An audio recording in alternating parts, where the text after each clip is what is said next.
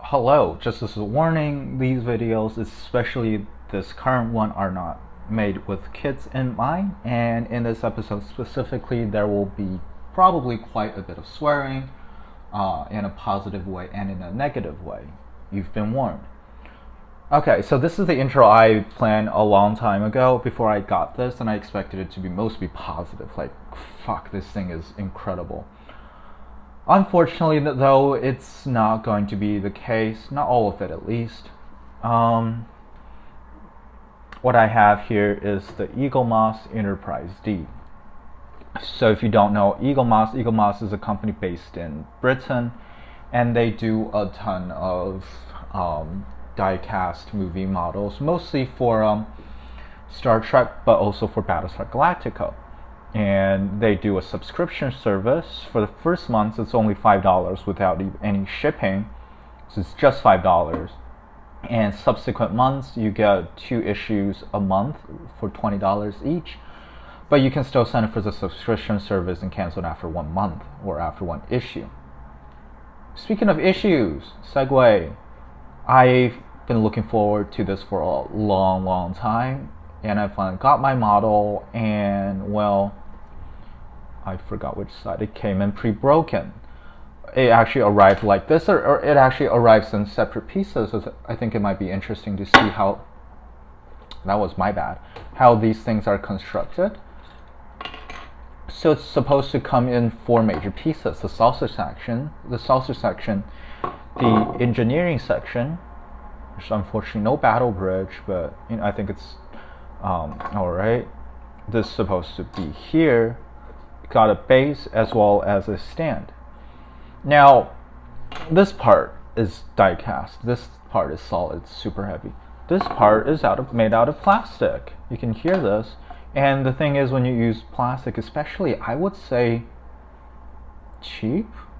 I don't know, because this feels very light. And as I tried to push this starboard nacelle back into its place, I was really afraid I was just gonna snap it. But this thing is supposed to be here glued down, but it came in snapped. Might be not easy to see, but this is supposed to be glued in, and you can see like glue's coming out. And I think something actually snapped inside, but I'm not perfectly sure. But either way, I can't push it back in because, well, there's either glue or shards in there that's blocking the way. This is as far as it goes, and it's already starting to have cracking sounds, so I don't want to keep pushing that. I already called Eaglemoss, and they were really nice. They said they're going to send me a replacement, but I mean, like, from a distance, it's going to be alright. It still looks really cool. It's obviously Enterprise D you're looking at, but this is quite unfortunate. The base is die cast as well, so what you do is you put this here, and I think this is really interesting. So you assemble the ship, and so how does this work? You put it over here, so there's a groove for the engineering section, and it clips on. Well, it doesn't clip on, but just holds the ship. Like, it looks really nice. The quality is very good. For the die cast part is really great. Look at all of these window details. You see USS Enterprise, NCC 1701D. The tiny windows. It's really nicely painted. Underside as well. And here, man, the Enterprise D is such an iconic ship. Like, it's so great. But yeah, this is really unfortunate.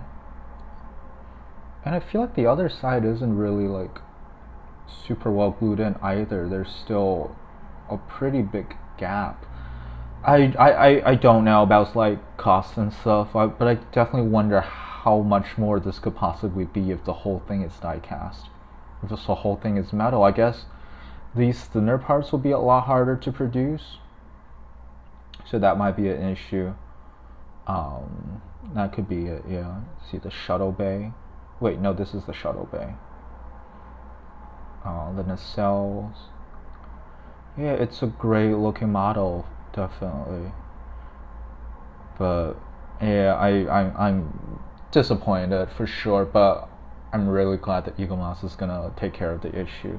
I mean, this thing still looks good from a distance. I don't know what I'm gonna do with it. I'm definitely not gonna just throw it away, but I'm not gonna put it on display either. I think I'll probably just take it down and keep it in the box.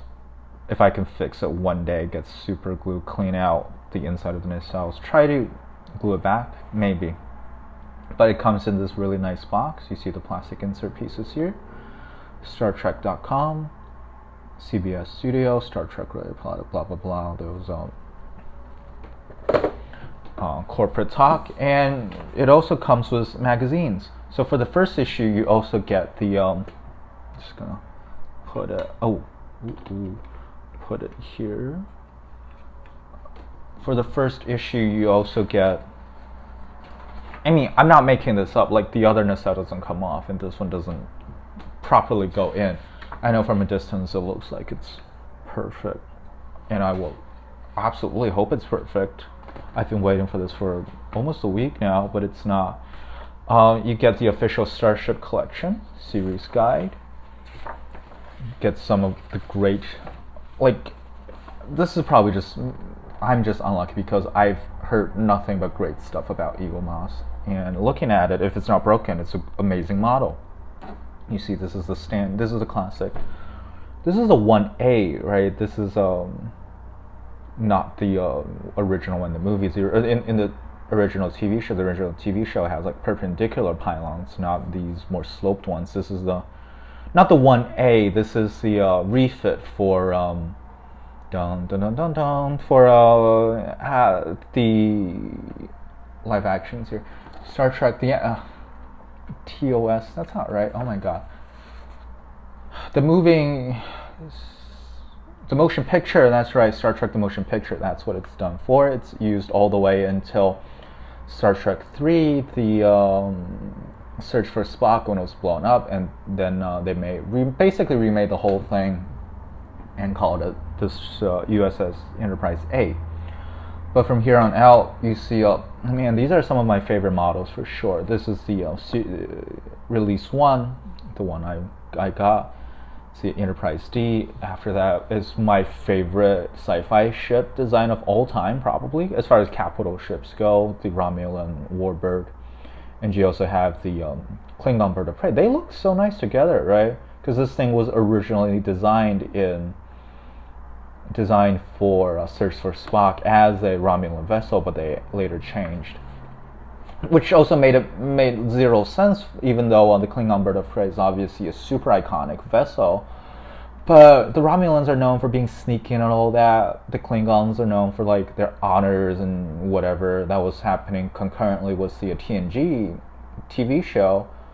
But then they also use like stealth ships, which doesn't really make a lot of sense.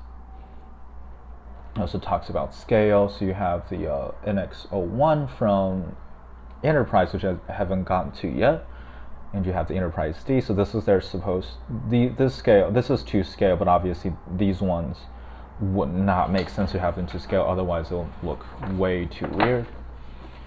In parallel references against the NX-01. If you have future releases, where's release? I want to have like a list, of what's there, because actually, Release 2 is the classic Enterprise, which is a great way to keep you hooked, right? But issue 5 is a Romulan Warbird. So issue 1 is Enterprise D, probably the one most people want. Release 2 is the classic Enterprise. Issue 3 is Klingon Bird of Prey. What's number 4? It does not say. If I have to guess, it would be the Reliant, but I guess that Excelsior? No, that's issue 8. I have no idea. Grissom? But for number 5, you get the Romulan Warbird. Number 6, you get the Voyager.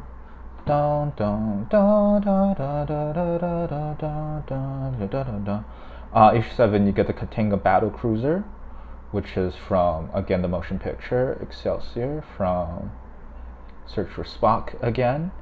Number 9 doesn't say, but number 11 you get the Reliant from Wrath of Khan.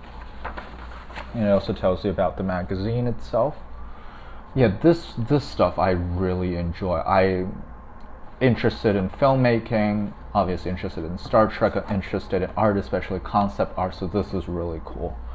I just wish they have like a list showing everything that's going to be like 1, 2, 3, 4 all the way to the end. I guess it could be the Defiant, right? That's an iconic ship, even though DS9 is pretty kind of more niche compared to the others. Yeah. Actually, I'm gonna try to film it so you can see more clearly. If you want, you can just pause the thing. There's a glare coming from my window, and I apologize for that. We got the whole full page spread of the Enterprise D.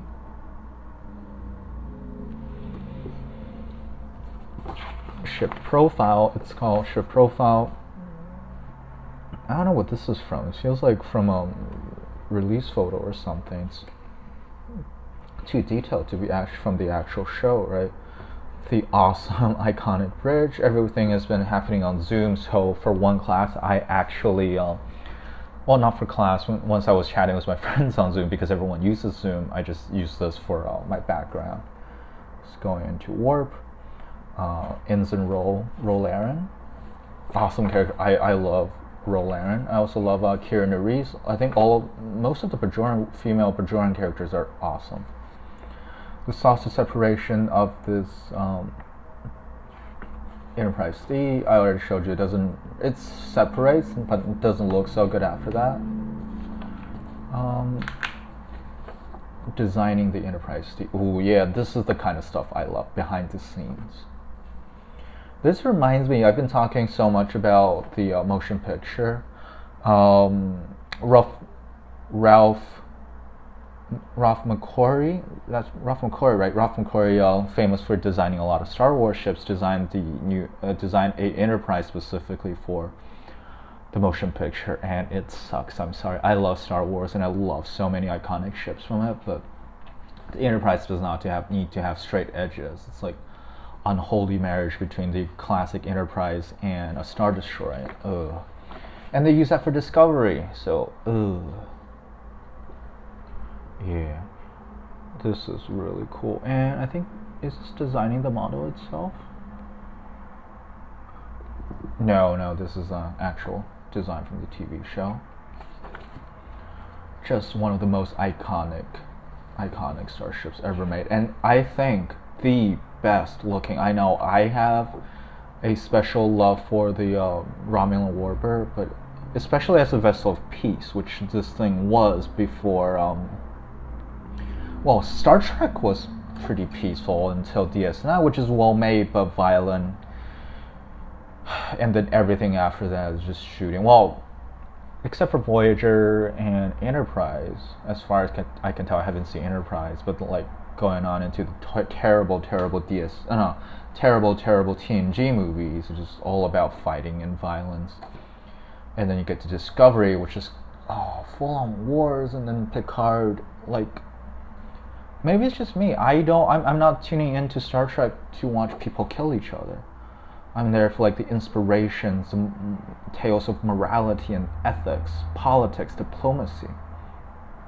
Sometimes some levity and humor. But yet, next week's is going to be the refit 1701. Yeah, see, following its refit at the end of Kirk's first 5-year mission. First? More like, well, yeah, I guess it's technically first because he got promoted to Admiral, but then he didn't. But then the motion picture happened. Underrated movie, by the way. It's amazing, especially the visuals. It looks gorgeous. It's not the most exciting movie, but Star Trek rarely is exciting. And then he took command of the ship once again, so I guess, yeah, it'll be first 5-year mission, not the last. So this will be the next issue if you're interested in getting it. I probably won't, but ooh. This is very clean design. It just shows you the ship, Star Trek /starships.com. Yeah, I think Eaglemoss definitely did a very, very well done model of this ship. very detailed and super detail orientated. But I just wish the model I got was fine and didn't have this coming off. And like I said, I'll try to fix it probably, but when I pay for a thing, I usually like it not broken. But it's also unfortunate. Well, I guess you can't really have it sitting like this, right, without some kind of thing. And it's not like these things are meant to be on the ground anyway. They're made in the orbital Utopia Planitia docks orbiting Mars.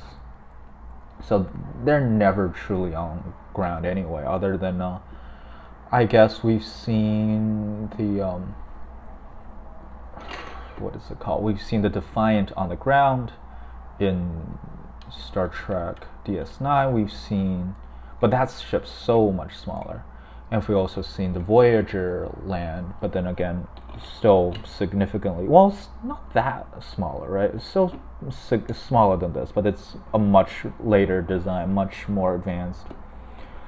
But man, I actually had a huge segment planned for this, talking about Star Trek and the next generation and the lineage of Star Trek and Star Trek ships plan. But I guess I just have to talk about the quality in this thing first, and when I get my replacement, I'll for sure finish my thoughts on Enterprise D and Star Trek as a whole. A little disappointed, more negativity than I like, but that's all for my first Enterprise D model. Thank you for watching.